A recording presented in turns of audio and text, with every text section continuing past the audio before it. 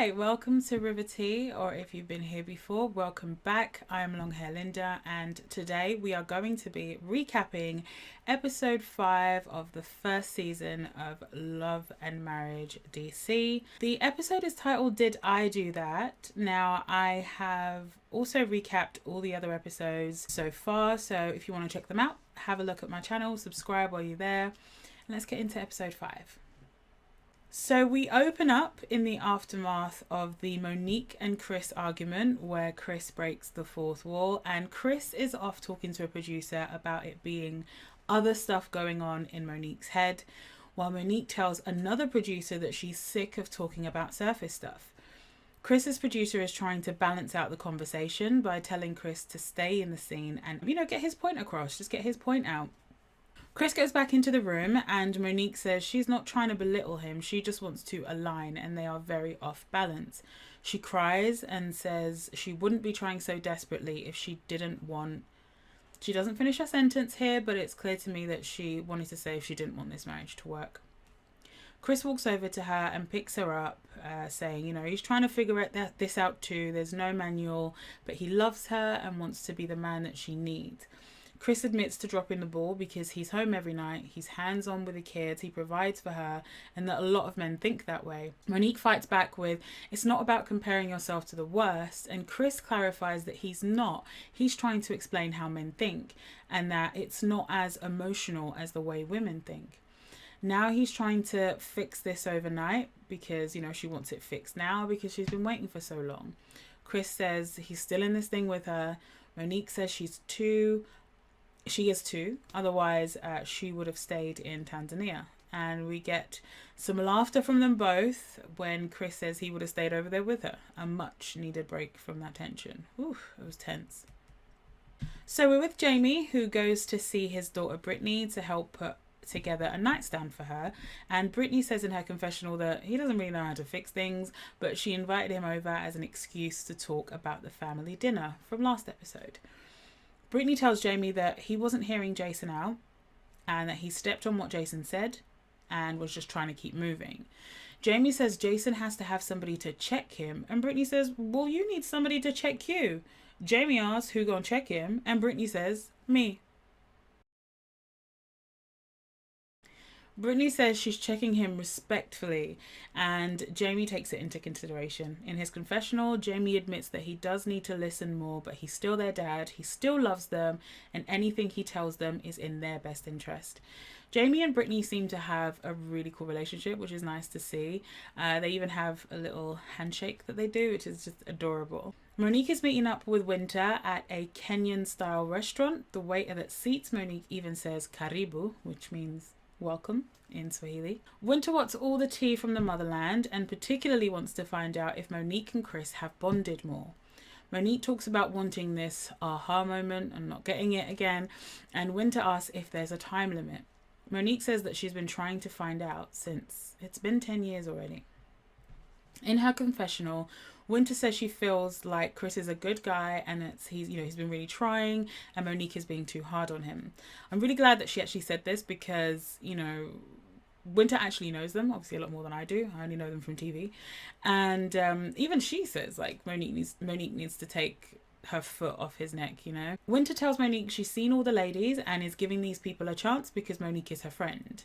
Winter tells Monique that Ashley mentioned she was bored of all the Kevin situation, the Kevin talk, and refers to DJ Quick as DJ Fun Size. But what were you and DJ Fun Size talking about at the end of the table? DJ Fun Size, like how you get a full Snicker and then you got a mini Fun Snicker. Size. While she's keying, Monique says that Ashley told her that she used to be a mean girl, and Winter continues to say that Erana plays both sides. Now, Shady Winter continues, that Ashley is real loud about her situation, but silent on her own with all the rumours that are swirling around about DJ Quick. Winter goes on to say that she didn't appreciate how Ashley came at her at the vegan dinner party. Now, am I wrong? Or did Winter accept Ashley's apology on this already? Didn't they agree to move on and become better acquaintances? Why is this coming up again? Monique is laughing away, asking whether the ladies were worried that Winter is going to try and steal their men. And Winter says she doesn't want DJ Fun Size and he does not meet her height requirements. That's a bit mean. That's a bit shady. She also doesn't want Mr. Fall Asleep at the Stoplight and goes on to fill Monique in on saying, Erana saying that she would be calling him at all hours of the night and, he'd come back in the day after getting no response and be like, oh, I'm sorry, I was drunk, I fell asleep at a stoplight, all of that stuff. Winter feels like the lady should tread lightly with all the judgment that they've been giving her since DMV is the biggest, smallest city they know.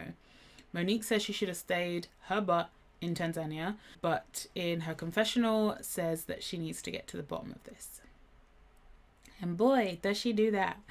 Erana, Jamie and their family have gone to spend the day at a school for the blind. They are playing goal ball, which Jason explains is a Paralympic sport that involves a ball with a bell in it that you roll around on the floor while wearing eye shades. You have to be quiet in order to hear the bell, and while his family have seen Jason play, they've actually never joined him.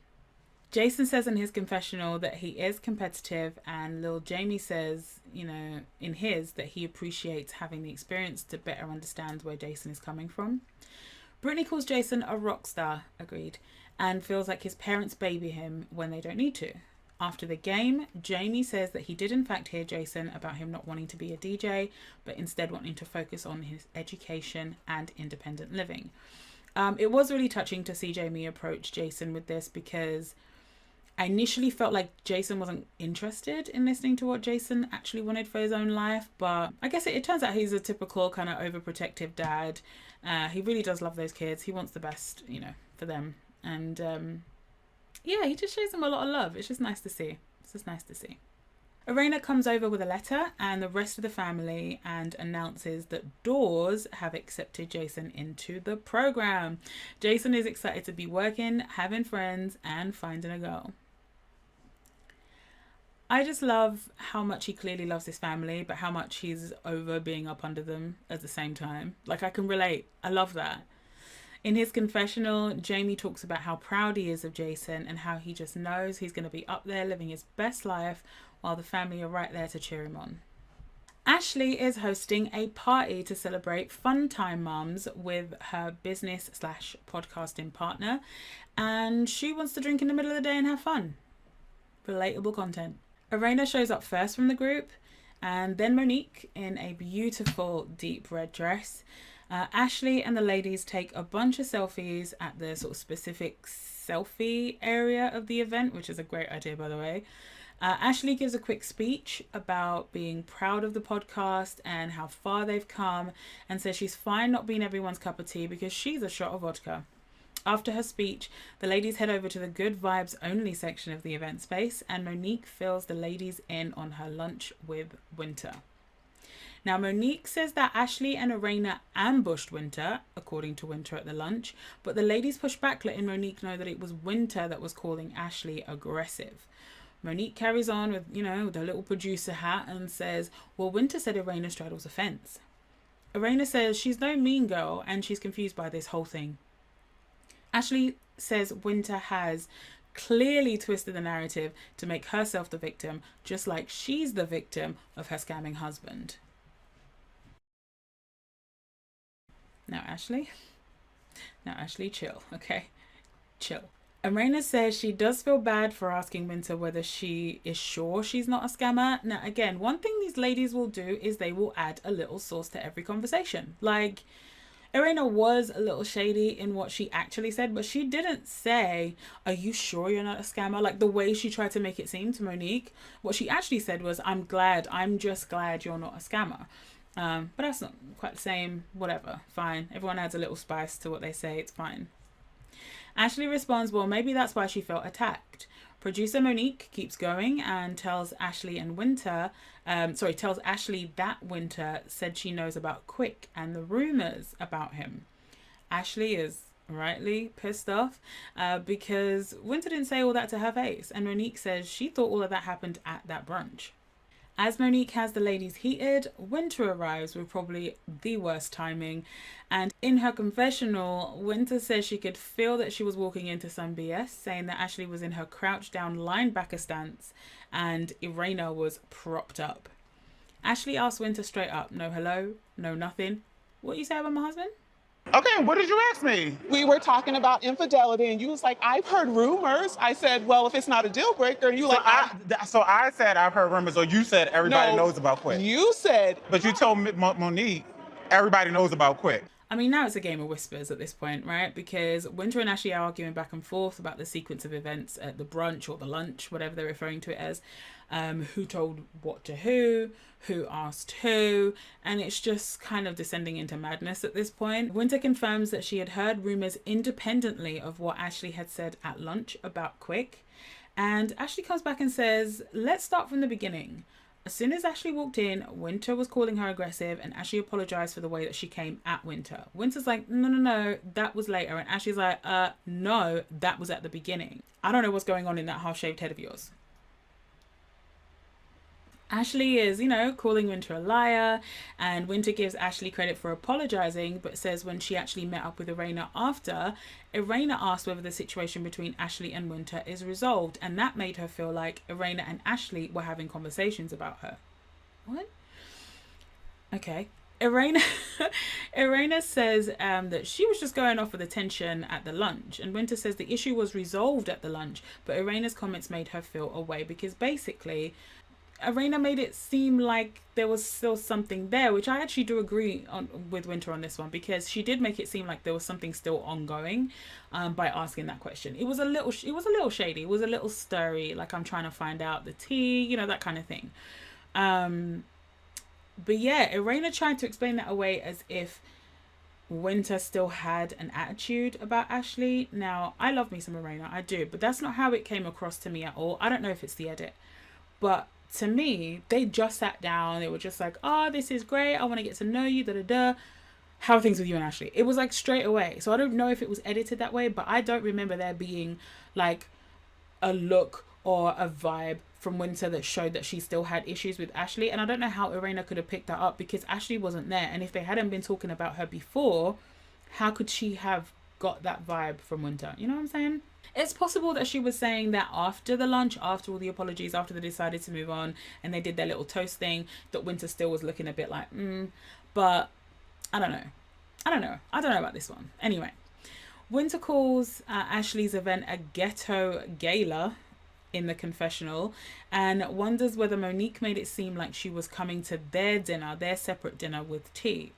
Yeah, Monique may be a little bit messy for bringing it up right now, but you came to her like you had all this tea for her, you had all this smoke and all these names and all this was going on, so that's what happens, sis. Ashley is focused and she just wants to get back to the part where Winter had Quick's name in her mouth, and Winter denies talking mess about him and says she hears stuff all the time but she's not here to judge.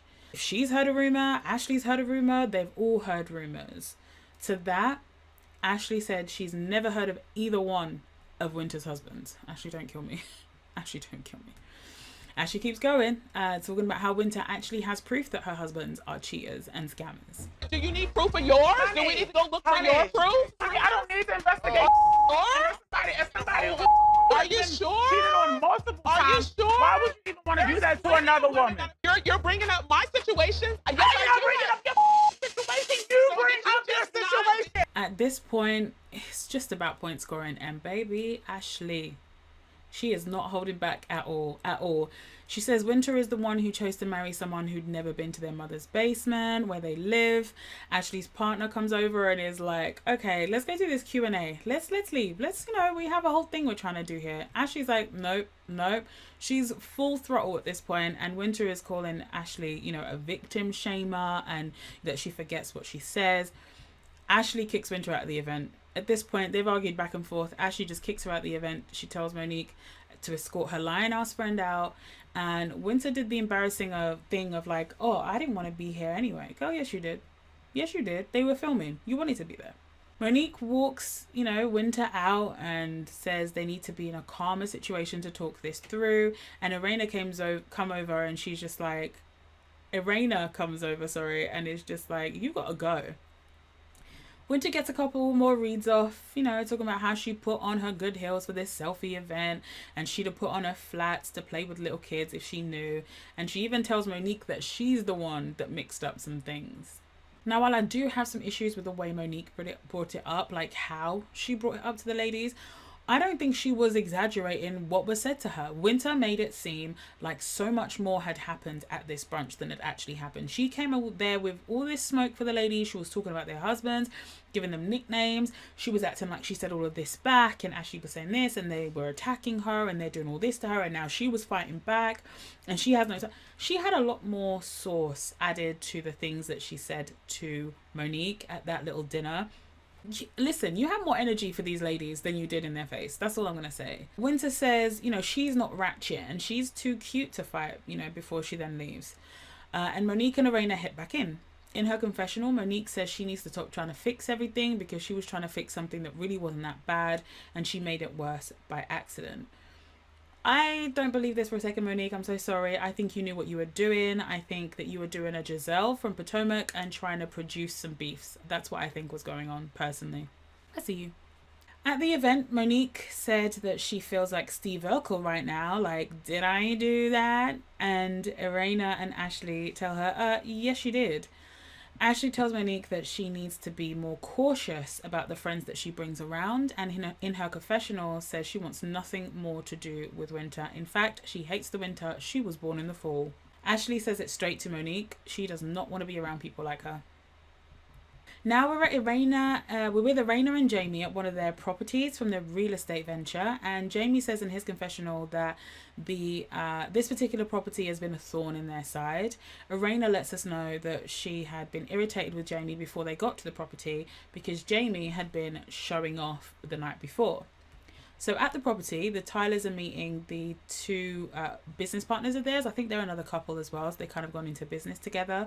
And they're walking around the rooms, and people have clearly been squatting at this place, and they've left rubbish and even doo-doo everywhere. It's, yeah, not great.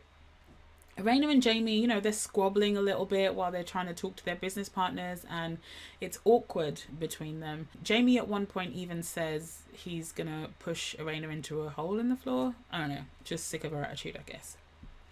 Erana says in her confessional that she and Jamie have had a lot of downs in their ups and downs, and she's even left him in the past. I want to hear more about that. Outside the property, Erana recounts the events of the other night that made her mad as the business partners leave. She apparently pulled up at the club that Jamie was in after texting Jamie that she was about to pull up. And Jamie came out with a glass of liquor in his hand and apparently started yelling at her. Jamie remembers it differently, but it sounds like they were, you know, just irritated with each other on this night out, right? So Jamie was wondering why Erana even came, while Erana was upset by, you know, how disrespectfully Jamie was talking to her. It turns out that Erana's best friend was having an event at that same venue, and Erana arrived late because she was at Ashley's selfie event. So this apparently was all happening on the same night. She says in her confessional that she just left Ashley's event where people were yelling and screaming just to come and get yelled at by her husband. Erana cries. So this is back at the property now. So Erana's crying and says, you know, Jamie made her miss her best friend's birthday because she just left from the embarrassment after Jamie yelled at her in front of some people outside the club. Jamie tells her to save her tears and doesn't want to be made out to be the bad guy because he was dealing with a lot inside. Apparently all sorts of things were going wrong in the venue. I don't know, but he was stressed from that and obviously started yelling at her and taking it out on her, basically. And Erana is tired of Jamie taking out his frustrations on her when they have nothing to do with her. And Jamie says in his confessional that she should just know to do what he says because he, you know, she knows that he gets frustrated. She knows what his temper is like. That sounds like a wild statement to me because you are grown. You are a grown man, sir. There is no need for people to tiptoe around you because they know how you are. Like, if you're having a tough time, say that. If you need help, say that. If you want to be by yourself, say that. But don't, like, just be thinking it's okay to just yell at people because they know how you are, so they should just be doing what you say because you need them to do it. Like, you're a grown-up. You can deal with things better, surely. So Jamie tells Erana that, she just likes to hype things up. Erana says that's not true and fills him in on what Monique came back and told the ladies about the dinner with Winter. They continue to argue about him yelling, and Erana calls it disrespectful, and finally Jamie just apologizes. Erana says in her confessional that, they get mad at each other and then they get it out and move on.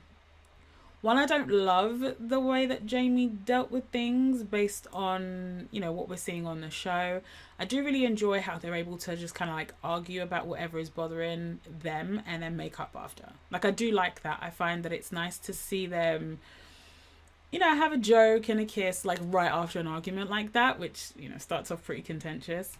And then that is the end of episode 5. We are basically halfway through. If you don't include the reunions, we are halfway through this season of Love and Marriage DC.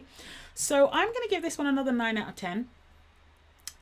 We got to see a lot of resolutions amidst all the fighting, with some healthy displays of like the natural ups and downs of different types of relationships. So I thought that was really good for the show. Jamie and Brittany's father-daughter relationship, we got to see some of that. We got to see Jamie and Jason's relationship, and Jason getting into DORS and being so happy about it. We saw Jamie and Erana, them kind of squabble, but ending, with an apology and a quick makeup. That was nice. It didn't drag on for too long. But we did also see Shady Winter's return after seemingly resolving the issue with Ashley in the way that she brought the tea to Monique, and coming for Erana's husband too, after that really, really nice moment that I just praised her for in the last episode. Where Erana was like opening up about the reasons why she was seeking outside attention. Like, that was such a nice moment. So this felt really, really mean-spirited to bring up to Monique like that for me. Yeah, she was just being so nice to her face, and then in the back she's all got nicknames for him now. I was like, that's just not, it wasn't giving what it needed to give, is what I'm trying to say. It just was mean-spirited. I didn't like it. And of course, Ashley and Winter fight after messy Monique brings the tea back. I currently have this as Ashley being more in the right than Winter, but I would love to know what you guys think. Please let me know in the comments. Let me know how you rate this episode, and I shall see you tomorrow with my recap of episode 6.